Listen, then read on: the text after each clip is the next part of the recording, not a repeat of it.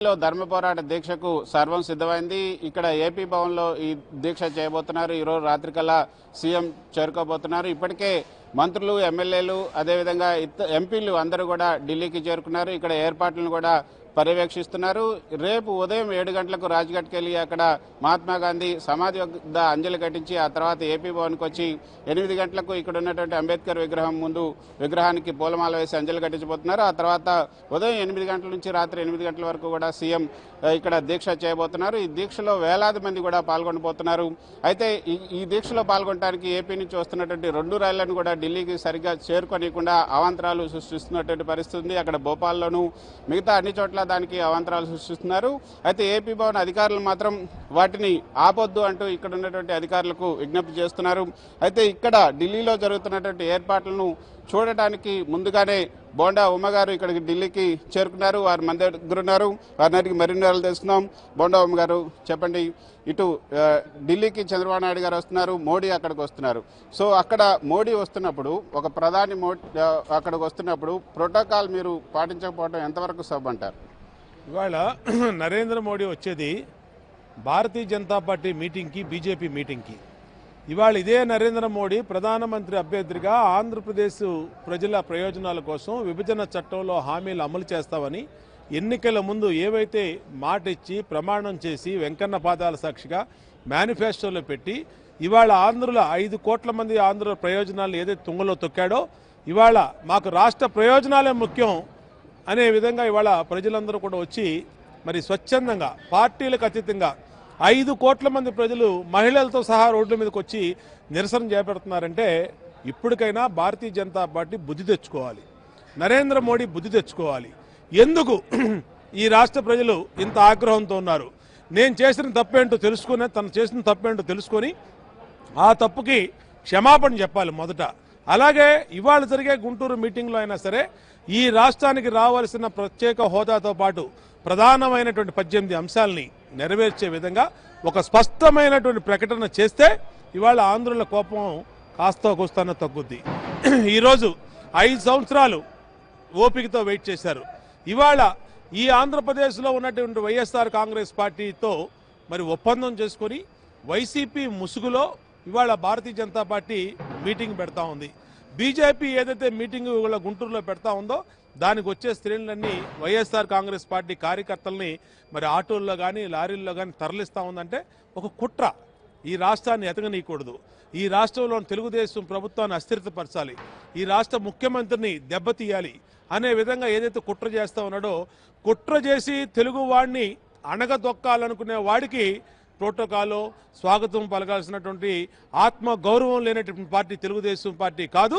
5 కోట్ల మంది ఆంధ్రులు ఆత్మ గౌరవం లేని వాటి వాళ్ళు కాదు.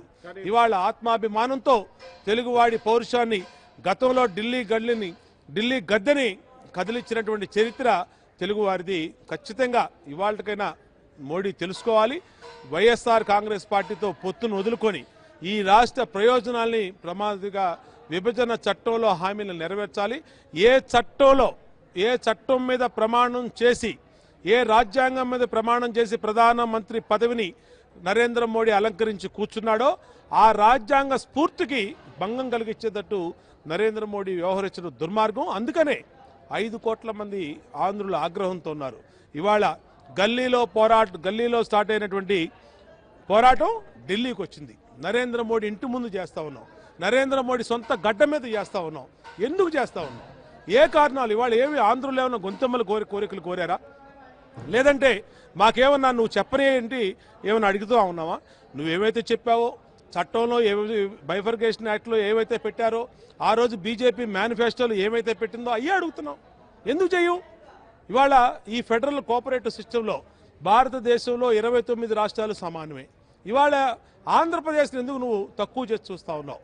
ఇవాళ నీకు సంబంధించిన గుజరాత్కేమో బుల్లెట్ ట్రైన్ 1,00,000 కోట్లు తీసుకుంటావు, విజయవాడ విశాఖ మెట్రోకి ఇంతవరకు నిధులు ఇవ్వు, స్పెషల్ స్టేటస్ ఇవ్వు, ఎన్నో కారణాలు, రైల్వే జోన్ ఇవ్వు, దుగ్గరాజపట్నం పోర్ట్ ఇవ్వు, కడప ఉక్కు ప్లాంట్ ఇవ్వు, పెట్రోకెమికల్ కారిడార్ ఇవ్వు, ఇన్ని రకాలుగా. కానీ అవన్నీ ఇవ్వాలంటే అంటే బీజేపీ నేతలు చెప్తున్నది ఏంటంటే కేరళ ముఖ్యమంత్రిని చూసి చంద్రబాబు నాయుడు నేర్చుకోవాలి. కేరళ ముఖ్యమంత్రి కూడా పీఎం వచ్చినప్పుడు ఆయనకు స్వాగతం పలికారు, అదేవిధంగా సెండ్ ఆఫ్ కూడా ఇచ్చారు.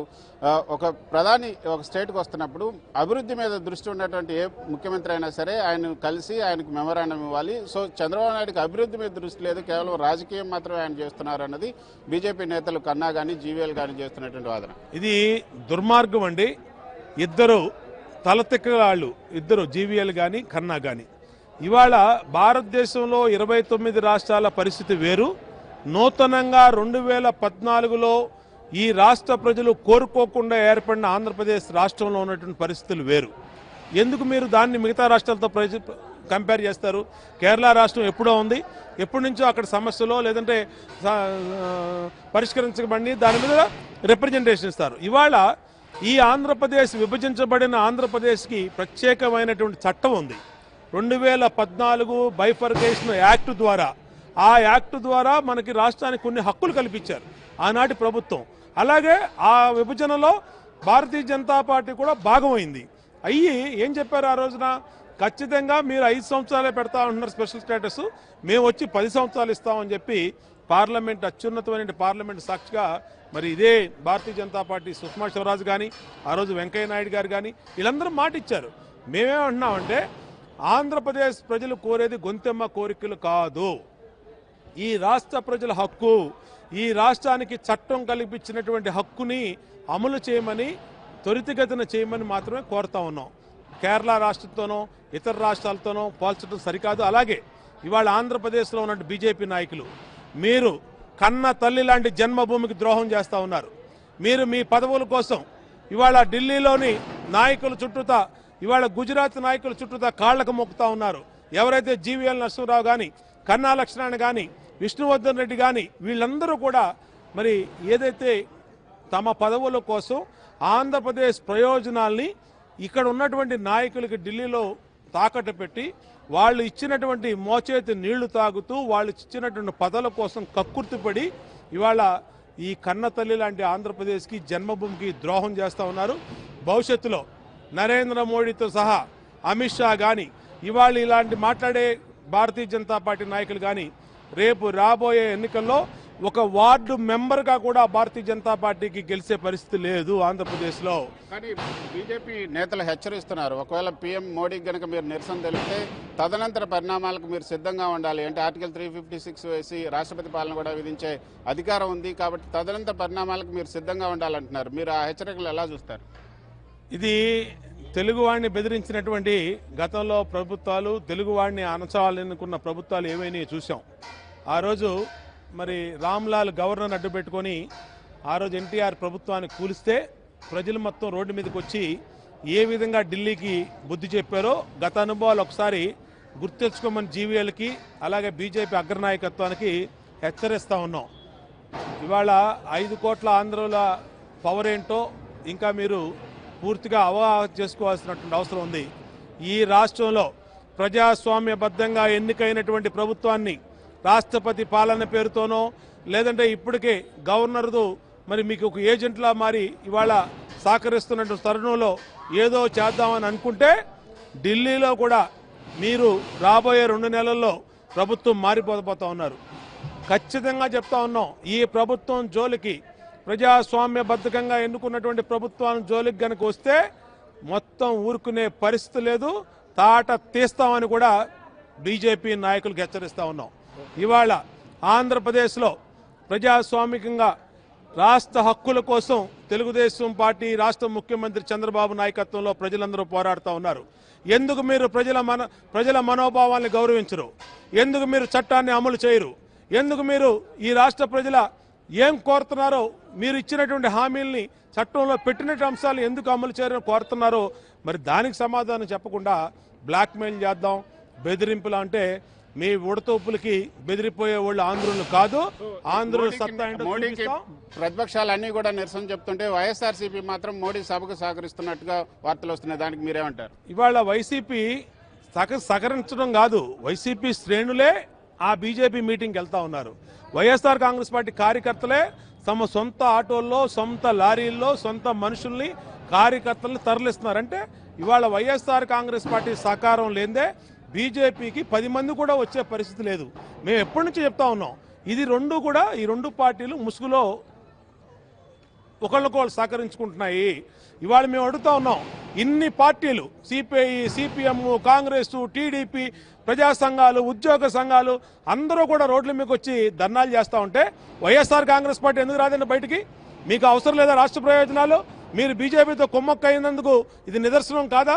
మీరు బీజేపీ కలిసి ఉన్నారని ఇవాళ ఈ రోజున నరేంద్ర మోడీ వచ్చినప్పుడు మీరు ఎక్కడా కూడా ఒక స్టేట్మెంట్ కానీ, ఒక నిరసన కార్యక్రమంలో కానీ పాల్గొలేదంటే ఇది అర్థం కాదా? కాబట్టి ఖచ్చితంగా భారతీయ జనతా పార్టీ, వైసీపీ రెండు పార్టీలు పేరు వేరు కానీ రెండు పార్టీలు ఒకటి అనేది స్పష్టమైంది. వైసీపీ ఎమ్మెల్యే రోజా కొద్దిసేపటి క్రితం ఆరోపించారు, మీరు ఢిల్లీలో దీక్ష చేస్తూ ప్రజాధనాన్ని వృధాగా వేస్ట్ చేస్తున్నారు, 10 కోట్ల మేరకు అని కూడా అంటున్నారు. ఈ ఢిల్లీ దీక్ష ద్వారా ఏం చెప్పాలనుకుంటున్నారు? దీనివల్ల ఎంత ప్రయోజనం ఉంటుంది అనుకుంటున్నారు రాష్ట్రానికి? ఈ రాష్ట్ర ప్రజల హక్కుల్ని, ఈ రాష్ట్ర హక్కుల్ని కోరటం నిరంతరం. గతంలో 26 సార్లు ముఖ్యమంత్రి వచ్చాడు ఇక్కడికి, ప్రధానమంత్రిని, మంత్రుల్ని, ప్రెసిడెంట్ని కూడా కలిసి రిప్రజెంటేషన్ ఇవ్వడం జరిగింది. మళ్ళా ఈరోజు చివరి అంశంలోకి వచ్చాం. ఇవాళ కలిసి వచ్చే భారతదేశంలోని ప్రాంతీయ పార్టీలు, జాతీయ పార్టీలతో కలిపి ఈ రోజున నిరసన దీక్ష చేపడుతున్నాం. అంటే దేశం మొత్తానికి నరేంద్ర మోడీ ఆంధ్రప్రదేశ్కి చేసిన అన్యాయాన్ని తెలపబోతా ఉన్నాం. ప్రజాధనం అనేది రోజా ఇది ప్రజల కోసం చేసే కార్యక్రమం, ప్రజల కోసం చేసే కార్యక్రమం కాబట్టి ఇది ధనం దుర్వినియోగం కాదు, ఇది సద్వినియోగం. రోజా లాంటి మాటలను ఎవడు కూడా పట్టించుకోడు. ఇవాళ ఒక అవినీతి పార్టీకి ప్రతినిధి అయినటువంటి రోజా ఇవాళ తన మాటలకి అర్థం లేదు. ఇవాళ ఆంధ్రుల హక్కుల కోసం మాత్రమే ఈ ప్రభుత్వం పాటుపడుతుందని కూడా హెచ్చరిస్తాం. Okay, thank you very much Bondavamma గారు. ఇది బోండవమ్మ గారు చెప్తున్నారు, బీజేపీ నేతలు ఇచ్చే హెచ్చరికలు ఎవరు కూడా ఖాతరు చేయరు, ఏపీ ప్రజలకు అన్యాయం చేస్తే మాత్రం చూస్తూ ఊరుకోమని కూడా చెప్తున్నారు. ఢిల్లీ వేదికగా ఆంధ్రుల గలం విప్పుతామని కూడా ఆయన మరోమారు చెప్తున్నారు. Over to studio. Thank you Krishna.